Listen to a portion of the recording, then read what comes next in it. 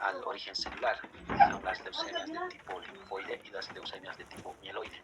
El día de hoy vamos a hablar acerca de las leucemias linfoides, tanto agudas como crónicas.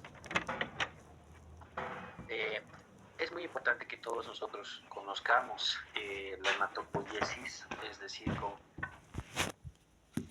es que se va formando cada una de estas células que se presentan a nivel de la sangre periférica. Todo empieza a nivel de la médula ósea, que principalmente se encuentra en los huesos a nivel de esternón y a nivel de ambas caderas. Todo comienza con una célula madre linfomieloide que a su vez se va a subdividir en dos, una unidad formadora de colonias de tipo linfoide, una unidad formadora de colonias de tipo eritroide y granulopoyética. Estas a su vez se van dividiendo en diferentes tipos celulares. La unidad formadora de colonias de tipo linfoide se divide en dos, en una pro-T y en una pro-B. Estas, tras los diferentes estadios de maduración, va a pasar a una pre-B o pre-T. Ambas luego posteriormente pasan a un linfoblasto, a un linfocito B maduro o a un linfocito T maduro, que a su vez se va a pasar o va a madurar a un linfocito T4 y al linfocito T8, ¿no? Posteriormente, la línea pro-B pasa al linfoblasto, posteriormente a un linfocito B, y esta a su vez va a terminar en la célula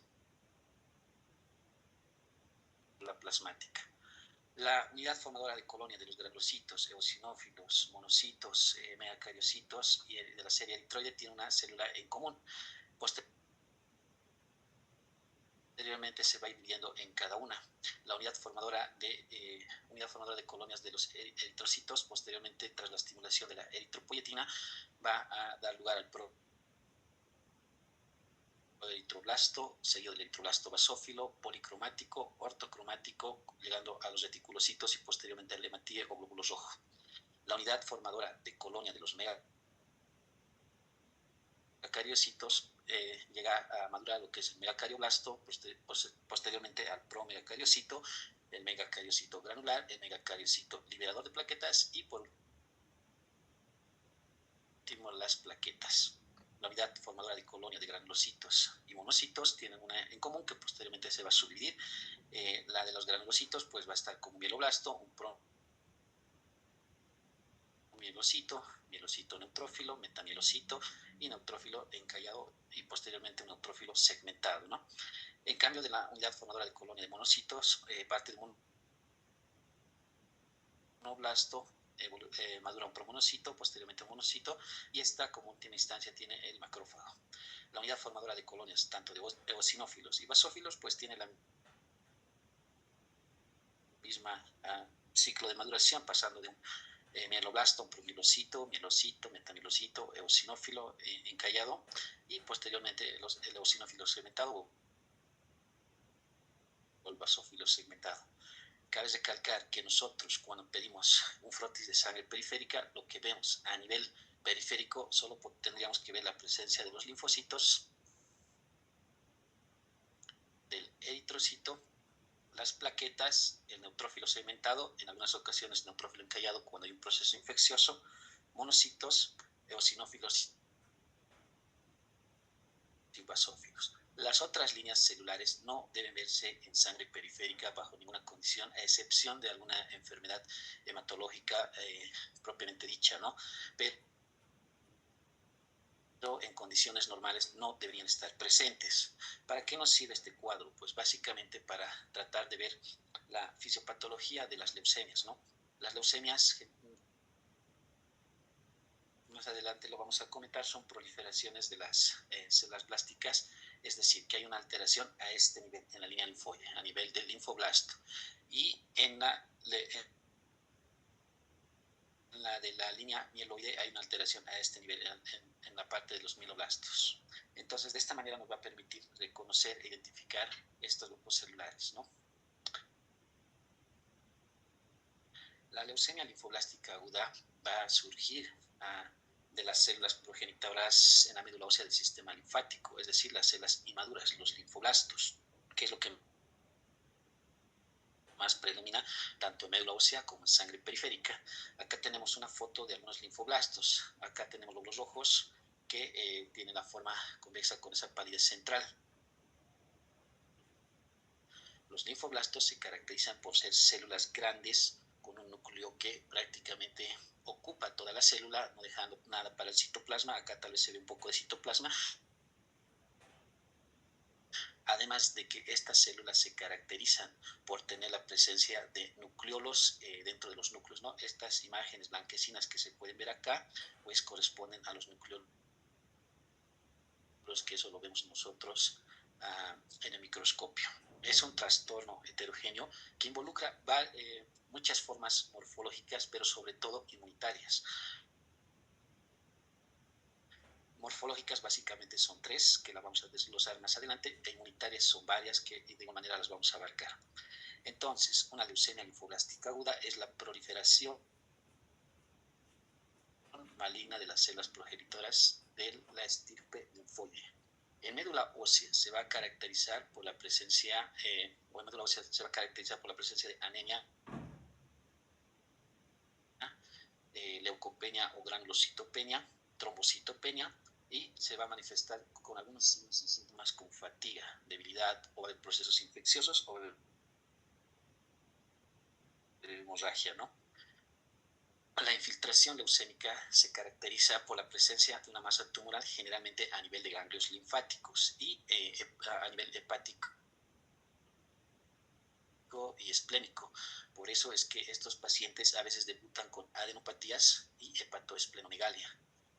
La meningosis leucémica es la infiltración pues, de estas células plásticas a nivel del sistema nervioso central. Dentro de lo que es la incidencia y la edad, esta neoplasia es más frecuente en niños, es decir, la leucemia linfoblástica aguda tiene una presentación bimodal. ¿Qué quiere decir? Se presenta en dos grupos etarios en la edad, durante la niñez y durante la edad adulta. El pico más frecuente en la niñez generalmente es entre los 3 a 4 años. La incidencia es entre 0.7 y 1.8 por cada 100.000 habitantes por año en los adultos. Se presenta más en adultos jóvenes de 1.5, entre los 15 a 24 años de edad, como puedes ver acá, y hasta 2.3 en las personas mayores de 65 años. En acá ya es el otro pico de presentación de las leucemias linfoblásticas agudas.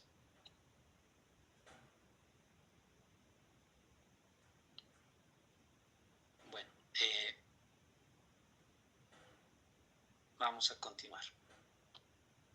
Dentro de lo que es la etiología de la leucemia linfoblástica aguda, hasta el momento no se ha encontrado una causa directa a nivel mundial, pese a los diferentes estudios que se han realizado. Si bien algunas patologías oncológicas tienen una causa directa, por ejemplo, el cáncer de pulmón se ha visto relacionado al consumo de tabaco, en las leucemias o en las enfermedades oncohematológicas no hay una causa directa, no hay una causa que nos diga es por culpa de esto que se ha desarrollado la enfermedad, pero sí se ha evidenciado factores de riesgo. Por ejemplo, una herencia de ciertas enfermedades, la exposición a la radiación ionizante, la exposición a ciertas sustancias mielotóxicas, puede ser minerales, tintes de cabello o plaguicidas, y pacientes que previamente hayan recibido quimioterapia por algún otro tipo de cáncer llegan a desarrollar este tipo de leucemias. En nuestro medio se ha visto relación de acuerdo a la ubicación geográfica. Por ejemplo, pacientes que vienen o provienen de Tarija, que hayan desarrollado una leucemia u otra enfermedad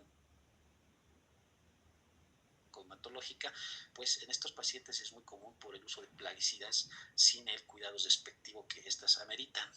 A nivel de Oruro y Potosí, lo que se ha visto más estas patologías en las personas que trabajan en la minería o personas que viven cerca de los centros mineros, ¿no? Donde no hay una buena manipulación de las sustancias que se manejan en ese lugar. Y a nivel de La Paz, lo que se ha podido evidenciar es que principalmente en mujeres, pues la relación con los tintes de cabello. No hay una estudio estudio que nos diga específicamente qué compuesto o qué metabolito de los tintes de cabello es la que causa esto, pero sí se ha visto esta relación. Por eso a veces es bueno tratar de evitar algunas cosas o tratar de evitar la exposición a estas cosas, ¿no? Dentro de los trastornos congénitos que nos pueden hacer que los pacientes desarrollen la leucemia linfoblástica aguda, pues está el síndrome de Klinefelter, que es una afección genética que cuando un niño nace con una copia adicional del cromosoma X, se caracteriza por disminución en la masa muscular, en el vello corporal, y hay una disminución tanto en el crecimiento testicular, ¿no? La anemia de Fanconi, que es igual una enfermedad rara, hereditaria, se presenta en un paciente por cada 350.000 nacimientos, es autosómico recesivo, generalmente hay una mutación en los genes que están encargados de la reparación del ADN y posteriormente puede llegar a desarrollar una leucemia mieloide aguda o fallos en la médula ósea. El síndrome de Bloom, que se caracteriza por ser una enfermedad rara, es hereditaria, se caracteriza por rupturas en los cromosomas, principalmente está afectado el gen BLM y se caracteriza por una hipersensibilidad a la luz solar. La otra patología es la ataxia telangiectasia o síndrome de Luis-Barr, que es hereditaria, es autosómica recesiva, se caracteriza por la mutación del gen ATM que se encuentra en el cromosoma 11. Esta se caracteriza principalmente porque hay una alteración en el equilibrio, hay tambaleo al caminar, al sentarse, ¿no? Y la neurofibromatosis, que son los tumores tanto a nivel de cerebro como médula espinal, y el síndrome de Down, que es el cromosoma 21. Se ha visto mucha relación de que los pacientes que tienen síndrome de Down en un futuro un buen porcentaje llegan a desarrollar o bien una leucemia linfoide aguda o bien una leucemia mieloide aguda. Dentro de los trastornos congénitos, además, se ha visto que tanto en el Japón como en el Caribe, el agente etiológico para desarrollar una leucemia, linfoma de linfocitos T, es decir, de las células T, se ha visto asociado con el virus de leucemia de linfocitos T humano, que es el HTLV1, ¿no? En África se ha visto una relación de los pacientes que presentan la leucemia linfoma de tipo Burkitt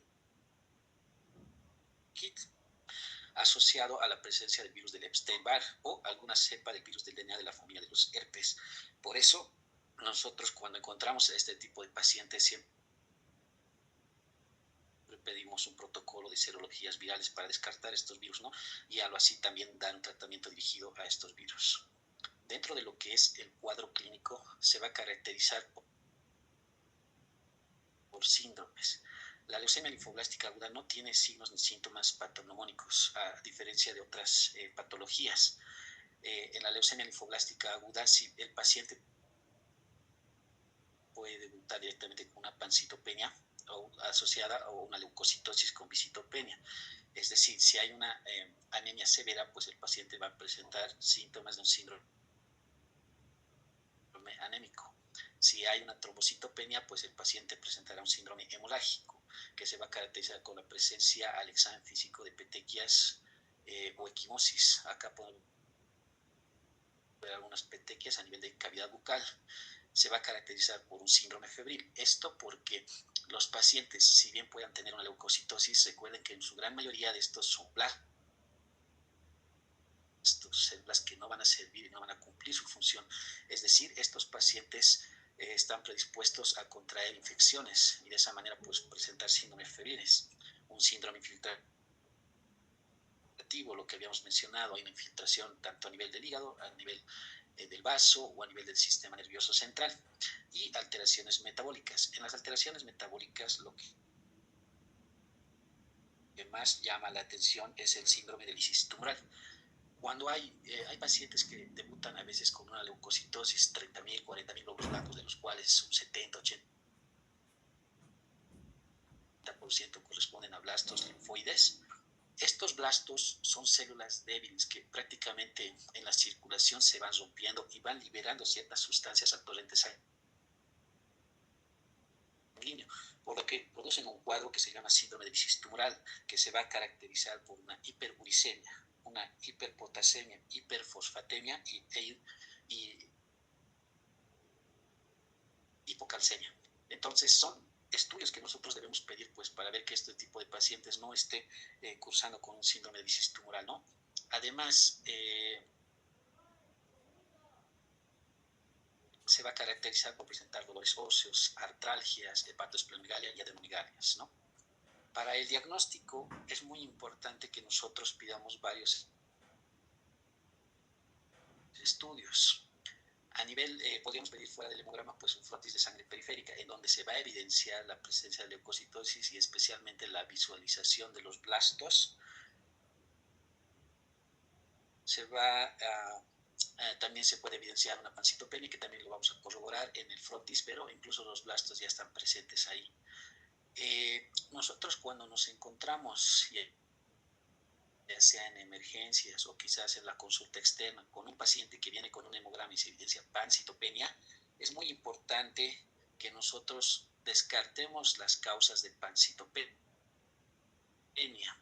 Una de las causas son las infecciones virales, puede ser por VIH, hepatitis B, C u otros virus, puede ser de causa inmunológica como las enfermedades autoinmunes, una lesa activa, una artritis activa, como ya lo habíamos hablado el día de ayer, una deficiencia tanto de vitamina B12 y ácido fólico, la anemia megaloblástica. Entonces es muy importante que nosotros descartemos estas otras entidades para tratar de abordar si es una leucemia o no, pero siempre una pancitopenia pues debemos actuar como si fuera una leucemia y hacer todas las medidas posibles para llegar al diagnóstico correcto. Aquellos pacientes que debutan con una leucocitosis es muy importante descartar todas las infecciones, porque a veces en un cuadro infeccioso los glóbulos blancos llegan a 20.000 o 30.000. Eso se conoce como una reacción leucemoide, pero para decir reacción leucemoide, fuera de evidenciar un foco infeccioso, es necesario de igual manera un frotis de sangre periférico para poder evidenciar los neutrófilos que estén aumentados y la presencia de callados principalmente. Además que en los neutrófilos pues se evidencia estos puntitos que se ven aquí más oscuros, las granulaciones tóxicas. Por eso es muy importante pedir el frotis, que nos va a ayudar en la disquisición clínica, ¿no? Obviamente pedir la química sanguínea para evidenciar cómo están los valores del ácido úrico, del potasio, el fósforo y el calcio, ¿no? Para ver si no está cursando con síndrome de disis tumoral. Es muy importante sí o sí hacer el diagnóstico de un aspirado de médula ósea, y en ocasiones se pide pues una biopsia de médula ósea, pero eso generalmente lo dejamos al último y solo lo dejamos en situaciones especiales. Por ejemplo, hay algunas leucemias en donde nosotros intentamos hacer la punción medular y lamentablemente no obtenemos muestra.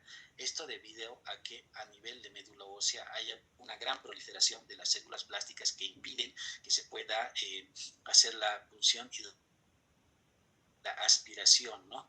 Por eso es que en algunas ocasiones sí o sí pedimos la biopsia, pero cabe recalcar que no es un estudio de primera instancia, debido a que una biopsia, pues en el mejor de los casos, pues te van a reportar en 5 días, y 5 días es muy vital para un paciente con leucemia, ¿no?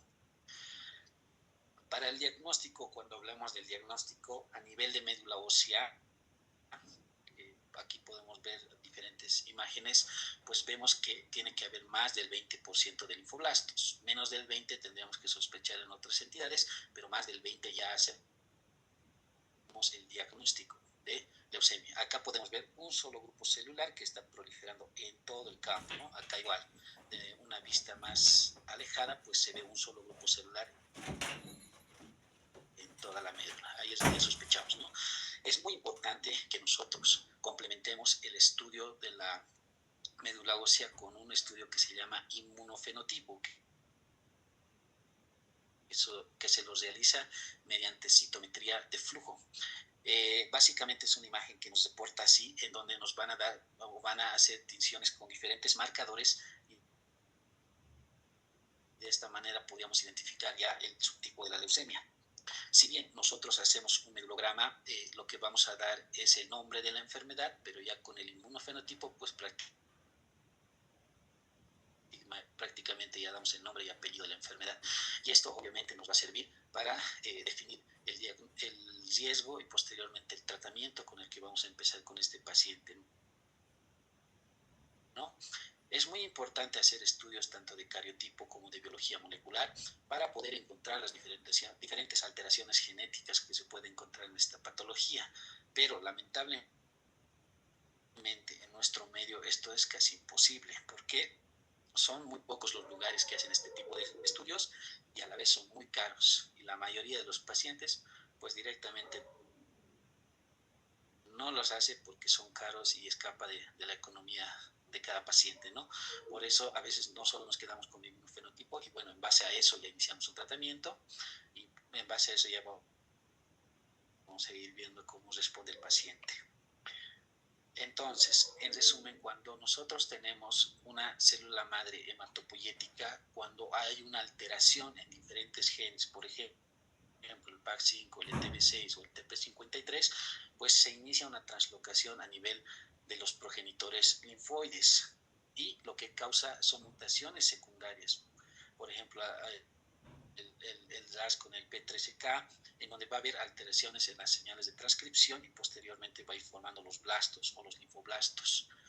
Este otro cuadro pues más asemeja a lo que es el cuadro en base al tratamiento. Cuando tenemos los linfoblastos o ya está el diagnóstico de la leucemia linfoide aguda, pues cuando ya se evidencia una remisión a la terapia de inducción, pues se ve que se ha descartado las diferentes mutaciones de estos genes y básicamente podemos decir que el paciente pues no tiene evidencia de la enfermedad, pero hay otras situaciones en donde no se logra la remisión, pues la leucemia sigue. Es muy importante que nosotros veamos en la sangre periférica, principalmente en la morfología de los glóbulos blancos, y esto se logra gracias a ciertas tinciones. La que más se utiliza es la tinción de Wright-Giemsa, que es esencial para poder hacer una coloración adecuada de los diferentes grupos celulares y poder identificarlas de manera correcta a la observación en el microscopio.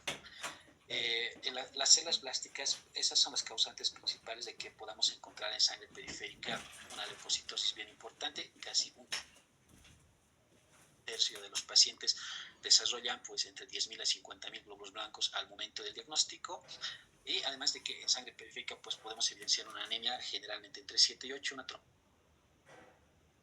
trombocitopenia y una neutropenia, ¿no? Se ha realizado un estudio en donde se ha tratado de identificar qué porcentajes, cómo debutan en el hemograma al momento del diagnóstico, en donde se ha visto que un recuento inicial de leucocitos generalmente se presenta menos de 10.000 glóbulos blancos, un 41%, seguido de entre 10 a 50.000 glóbulos blancos, un 31%. Cabe recalcar que puede haber incluso leucemias con un hemograma normal. Puede ser una leucemia en una etapa inicial o con una discreta anemia o con una discreta trombocitopenia. Lo que es muy importante que nosotros analicemos en el hemograma pues es el recuento diferencial que nos ofrece tanto de los segmentados, los linfocitos, monocitos, eosinófilos y basófilos, ¿no? Por regla, siempre los neutrófilos o segmentados son más que los linfocitos, ¿no? Pero si ustedes ven, qué sé yo, un paciente que ha venido con 8.000 glóbulos blancos y ven que los linfocitos son un 92% y los segmentados 8%, no, está pasando algo ahí y hay que investigar, ¿no? Y muchas veces nos encontramos con que es una leucemia. Por eso es muy importante pues ver todo lo que es el hemograma. En cuanto a las plaquetas,